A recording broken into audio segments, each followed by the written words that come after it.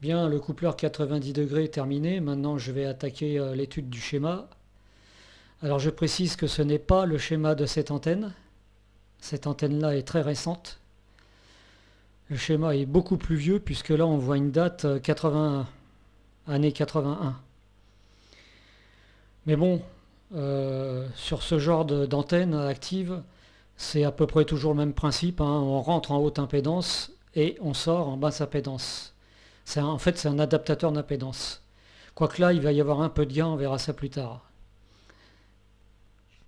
Bien, j'ai préparé le schéma pour une simulation. Le carré qu'on voit ici ne fait pas partie du schéma, c'est simplement les éléments pour la simulation.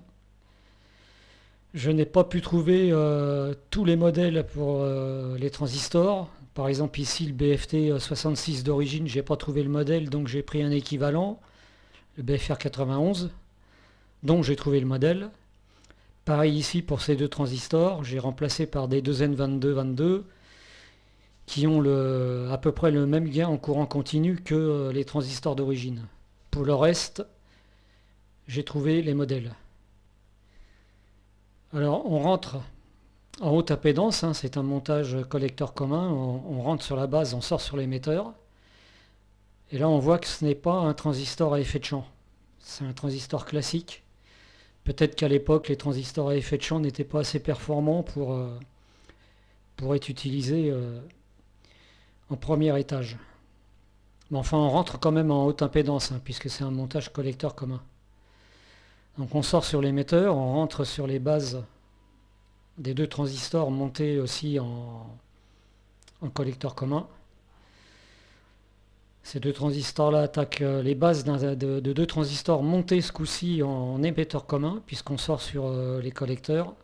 Donc il y aura un peu de gain, sûrement pour compenser les pertes du coupleur 90 degrés.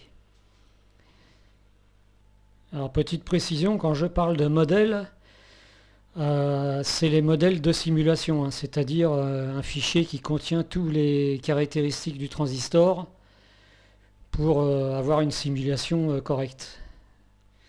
Alors la première chose que j'ai contrôlée, c'est le courant de repos des transistors de sortie pour voir si c'était cohérent. Donc là, je me trouve avec... Alors il faut regarder ici en bas à gauche.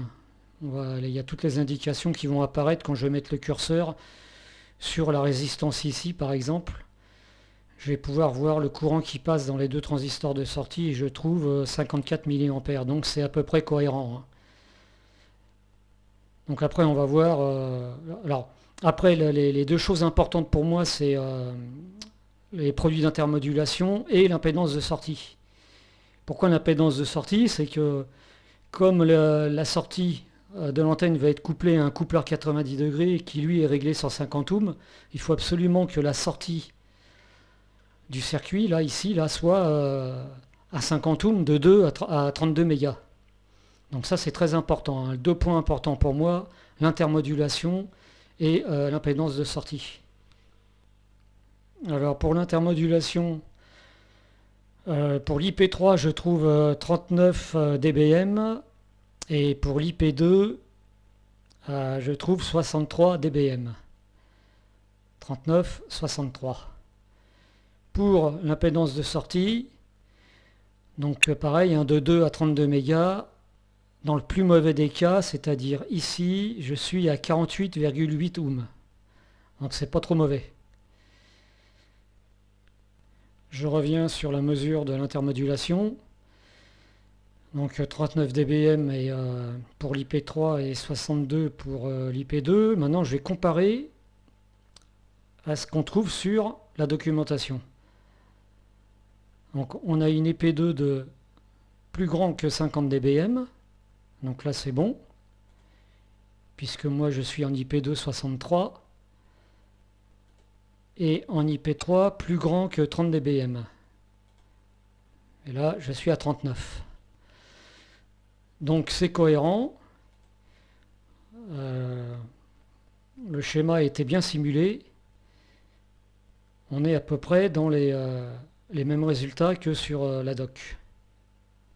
Alors je reviens sur le schéma. Et ici, on voit quelque chose de particulier. qu'on ne voit jamais sur les antennes actives du commerce pour les SWL ou les radios amateurs. C'est uniquement dans le matériel professionnel qu'on voit ça. C'est une boucle de contre-réaction en courant continu qui va venir stabiliser le courant de repos des 4 transistors, mais surtout de ces 2 transistors de sortie. Le courant de ces 2 transistors-là pourrait varier en fonction de la température, et toute variation de courant serait contrée par la boucle de contre-réaction. Et ça maintiendrait le courant de repos des 2 transistors stable. Par exemple, dans cet exemple-là, c'est 54 mA. Donc il faut regarder ici en bas à gauche, 54 mA. Même si je changeais la valeur de ces résistances-là, par exemple je mettrais 2 ohms, la boucle rattraperait l'erreur et j'aurais toujours mes 54 mA. Mais ça ne sert pas qu'à ça. Parfois, quand il y a des signaux très forts à l'entrée, mais vraiment très forts, ça peut déplacer le point de repos des transistors. Bon, faut vraiment mettre de la sauce à l'entrée pour arriver à ce stade. Donc avec ce système-là, le point de repos reste fixe quoi qu'il arrive, même avec des très forts signaux à l'entrée. Alors comment ça fonctionne? Ici on voit un pseudo-amplificateur différentiel avec 2 transistors montés dans le même boîtier pour avoir les mêmes caractéristiques. Ici on a 2 diodes Zener compensés en température. Donc on voit que le montage est très stable en température. Si ce montage-là n'est pas stable en température, on perd tout l'intérêt. Ça ne sert à rien. S'il varie en fonction de la température, automatiquement le courant ici va varier. Donc on perd tout l'intérêt. C'est pour ça qu'on a des diodes compensées en température et 2 transistors montés dans le même boîtier. Donc sur ce point-là et ce point-là, à l'équilibre, on a les mêmes tensions, 4 volts 8. Il faut regarder ici. Ici, vous regardez là, 4 volts 8. 4 volts 8 à l'équilibre. Donc j'ai un courant de 54 mA. Ici j'ai représenté un potentiomètre. Si je fais varier ce potentiomètre, automatiquement la tension ici va varier. Donc on n'est plus en équilibre. Donc pour rattraper l'équilibre, la sortie sur le collecteur va venir piloter ce transistor-là, qui va venir piloter les transistors. Comme ils sont reliés en continu, piloteront aussi ces 2 transistors-là. Donc le courant va varier pour rattraper l'erreur. Donc on aura eu soit une augmentation du courant, soit une diminution du courant. Une fois que l'erreur sera rattrapée, on se retrouvera avec la même tension sous ces 2 bornes et la boucle est bouclée. Donc on voit que ce potard-là sert à régler le courant de repos des transistors. Ensuite, ici on a une résistance ajustable qui va servir à équilibrer la tension collecteur-émetteur des 2 transistors. Donc là, je l'ai réglé à peu près pour avoir la même chute de tension entre le collecteur et l'émetteur. C'est important parce que ça permet d'avoir la même dissipation en puissance puisque le courant ici est commun. Donc si on équilibre les 2 tensions, on aura la même dissipation dans les 2 transistors. Et c'est ce qu'on voit. Alors il faut regarder ici, en bas à gauche toujours. Là, j'ai une dissipation de 366 mW. Et sur celui-là, pareil, 366 mW. Et j'ai à peu près la même tension collecteur-émetteur sur les 2 transistors. Donc voilà à quoi sert cette résistance. Alors maintenant, comment faire pour moderniser ce schéma? Alors, en fait, je vais remplacer toute cette tripaille. C'est même pire que ça, même, attendez. C'est même tout ça. Voilà. Toute cette tripaille va être remplacée par un circuit intégré. Donc voilà la version simplifiée. On voit que le schéma a été allégé par rapport à la version d'origine. Donc c'est un 723, un régulateur de tension que ici je vais utiliser plutôt en régulateur de courant. Et on retrouve exactement les mêmes composants que dans le bloc ici. Donc la Zener compensée en température, elle est ici.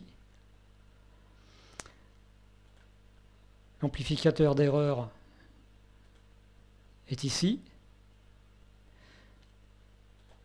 Et le transistor qui pilote les 4 transistors, il est ici.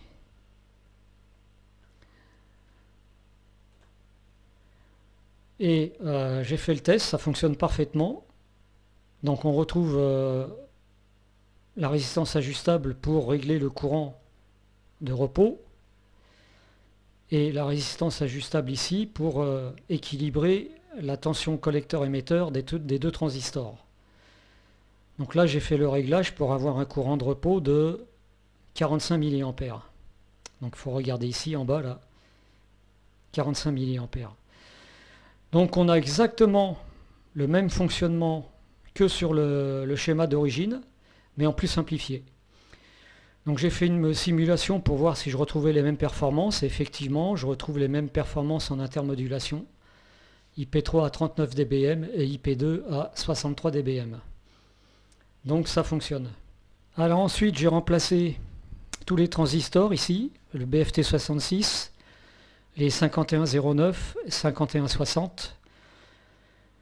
Donc j'ai remplacé le BFT66 par un véritable transistor à effet de champ, un U310. Les 4 transistors de sortie, pour la partie NPN, j'ai mis des BFQ19, pour la partie PNP, des BFQ149. Après simulation sur l'IP3, enfin sur les produits d'intermodulation, je retrouve les mêmes mesures à peu près. Je crois que c'est même meilleur en IP2. Donc 39 dBm pour l'IP3 et 66 dBm pour l'IP2. Pour l'impédance de sortie, dans le plus mauvais des cas, je suis à 49,2 ohms.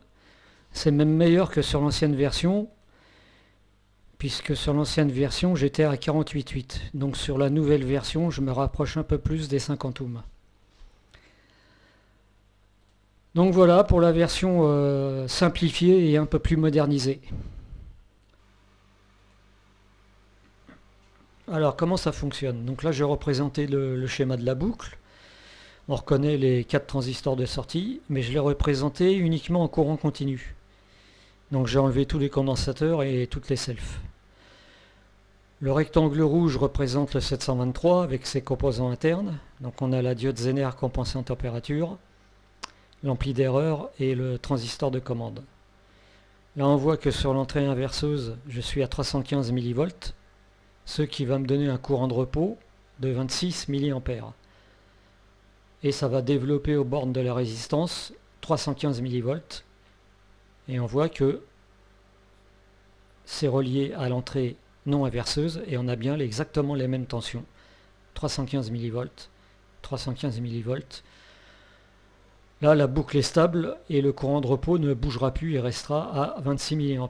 Maintenant, pour faire varier ce courant-là, il suffit que je bouge la résistance ajustable. Donc là, la tension sur l'entrée inverseuse est passée à 694 mV. Comme je suis sur l'entrée inverseuse, à la sortie, la tension va baisser, rendant ce transistor-là moins conducteur, ce qui veut dire qu'ici, la tension va baisser. D'accord? Tension de base va baisser. Comme c'est un montage suiveur, la tension d'émetteur baissera aussi. Inversement, sur le collecteur, la tension va augmenter. Donc sur la base, la tension va augmenter. Comme c'est un montage suiveur, la tension ici à l'émetteur va augmenter. Ça va rendre les 2 transistors de sortie plus conducteurs. Donc l'intensité va augmenter, ça va passer à 57,3 mA. Et ça va développer aux bornes de la résistance ici une tension de 694 mV. Et on voit que c'est exactement la même tension que sur l'entrée inverseuse. Donc là, la boucle est stable et le courant ne bougera plus. Il passe à 57,3 mA et il ne bougera plus. Voilà, c'est le fonctionnement d'une boucle classique. Alors maintenant, on va faire une petite expérience. Qu'est-ce qui se passerait si j'enlevais ces 2 résistances et que je mette les 2 émetteurs en court-circuit? Théoriquement, le courant de repos devrait augmenter. Mais là, comme je suis dans la boucle de contre-réaction, ça ne bougera pas. Donc on va faire l'expérience. Alors regardez bien ici, la tension de consigne est toujours à 694, ça ne bougera pas puisque je ne touche pas à la résistance ajustable. Et la tension de sortie ici est à 7,48. Donc j'enlève les deux résistances.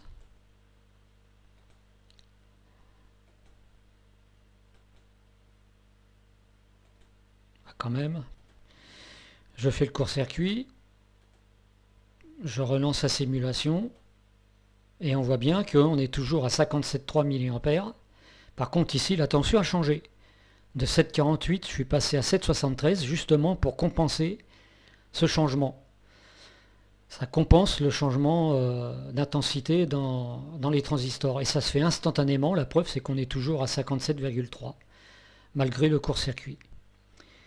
On voit bien que ça a été compensé. 7,48 c'est passé à 7,73.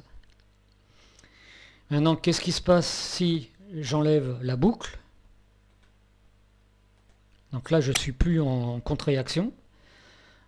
Je relance la simulation. Et là, ça se barre en cacahuète. Je passe à 80 mA. Ce n'est plus du tout compensé puisqu'il n'y a plus de boucle. Là, je suis en roue libre. Je remets la contre-réaction.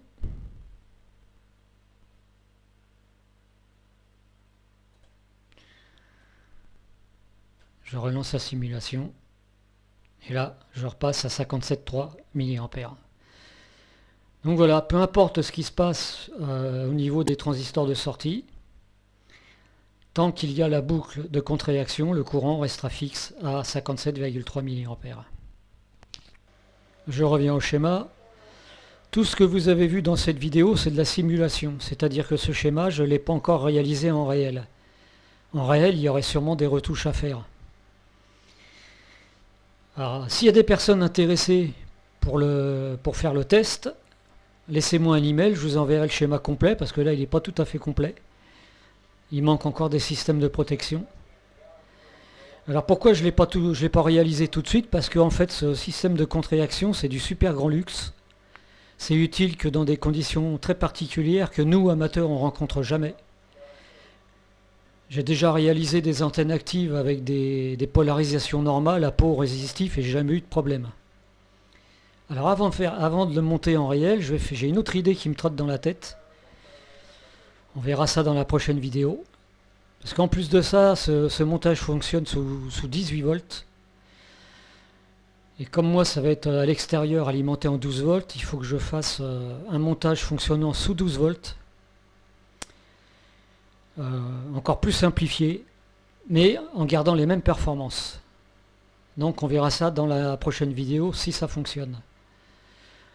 En cas où ça ne fonctionnerait pas, je ferai ce montage. Voilà, rendez-vous à la prochaine vidéo.